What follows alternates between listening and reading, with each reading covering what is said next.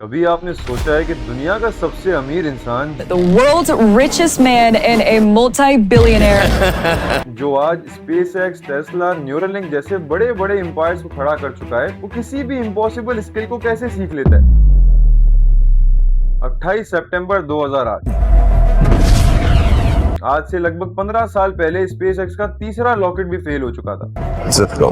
Elon Musk के bank account पूरी तरह खाली हो चुके थे और कंपनी बैंकरप्सी की कगार पे थी। और अगर उनका चौथा रॉकेट भी फेल हो जाता तो वो सड़क पे आ जाते। लेकिन दोस्तों, यहाँ पे सवाल आता है कि जिसने आज तक एरोस्पेस इंजीनियरिंग के बारे में फॉर्मली कभी नहीं पढ़ा, वो दुनिया का सबसे बेहतरीन रॉकेट इंजीनियर कैसे बन गया और दुनिया का सबसे पहला ट्रिलियनर कैसे बन गया? The world's first trillionaire. First trillionaire. First trillionaire.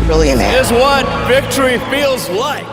दरअसल इसके पीछे कोई जादू नहीं है। इसके पीछे एक साइंटिफिक और साइकोलॉजिकल फ्रेमवर्क यूज हुआ है, जिसे इलॉन मस्क बुक में बताया है। दोस्तों, आज की इस वीडियो में हम 5 स्टेप लर्निंग फ्रेमवर्क देखेंगे, जिसको स्टेप बाय स्टेप हम फॉलो करके कोई भी स्किल कैसे मास्टर कर सकते हैं।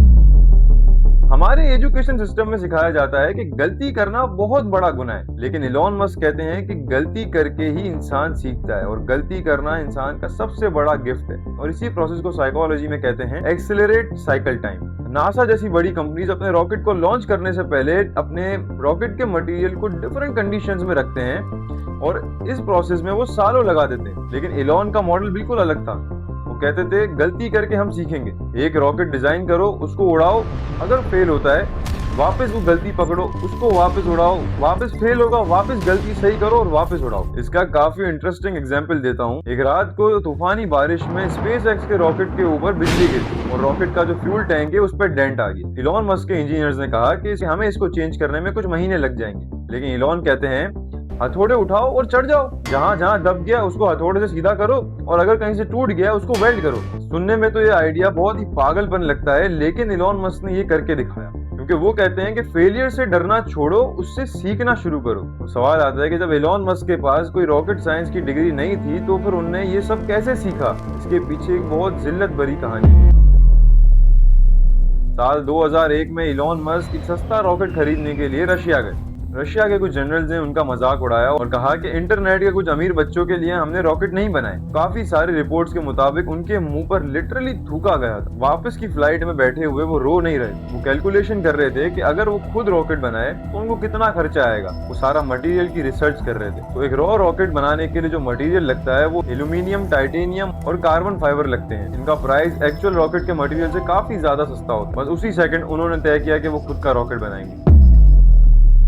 इलॉन मस्क का तीसरा लेसन, हर काम को तुरंत कर लेना चाहिए। जब टेक्सास में उन्हें एक रॉकेट टेस्टिंग साइट के बारे में पता चला तो उनके इंजीनियर्स ने कहा कि हम अगले हफ्ते जाके ट्राई करेंगे, लेकिन इलॉन ने कहा कि नहीं, हम आज ही जाएंगे। और उन्होंने उसी वक्त उस साइट का रेंट पे किया $45,000 और वो साइट ले ली। अगर हम ध्यान से देखें तो हम अक्सर अपने सपनों को कल पर टालते रहते हैं, लेकिन एक मर्द की कामयाबी तभी तय होती है जब वो अपने हर एक सेकंड को कीमती समझे और एक्शन ओरिएंटेड रहे।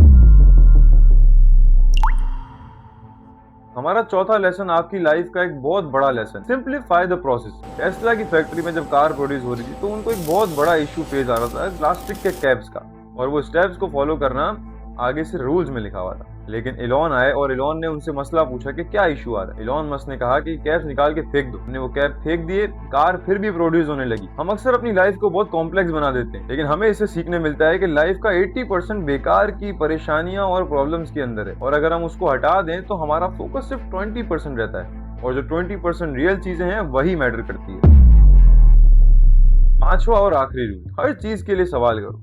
किसी भी चीज को तब तक मत मानो जब तक उसका साइंटिफिक रीजन आपको पता ना हो। स्पेस एक्स को एक रॉकेट के वॉल्व में प्रॉब्लम आ रहा था, तो वो एक सप्लायर के पास गए। उस सप्लायर ने कहा ये वॉल्व 1.5 करोड़ रुपए का है। इतने में इलॉन ने उस वॉल्व को देखा और कहा कि ये तो कार वॉश मशीन जैसा दिखता है। इलॉन ने अपनी टीम से कहा इस सेम वॉल्व को तुम खुद बनाओ लाख रुपए के अंदर, और उनकी टीम ने वो बना के दिखाया। आज दोस्तों, स्पेस एक्स एक वाहिद ऐसी कंपनी है जो अपना 70% रॉकेट का मटेरियल खुद इन हाउस बनाती है, और बाकी नासा जैसी बड़ी बड़ी कंपनीज अलग अलग कॉन्ट्रैक्टर से अपना मटेरियल लेते हैं। यही थे वो 5 रूल जिसने इलॉन मस्क को ट्रिलियनर बनने पे मजबूर किया। लेकिन इस पूरे सफर का एक बड़ा साइकोलॉजिकल रीजन क्या है दोस्तों? हम इसको साइकोलॉजी में कहते हैं द अराइवल फैलेसी, यानी जब हम सोचते हैं कि डेस्टिनेशन पे पहुंच के हमें खुशी मिल जाएगी, लेकिन सच ये है कि मंजिल पे पहुंचते ही मजाक खत्म हो जाता है। लेकिन जिंदगी का असली सुकून दोस्तों रास्ते के प्रोसेस को एंजॉय करने में। हर हाल में शुक्र अदा कीजिए, बिना डर के मेहनत कीजिए, क्योंकि आप कोशिश कर रहे हैं वही सबसे ज्यादा मैटर करता है। थैंक यू सो मच अब तक देखने के लिए।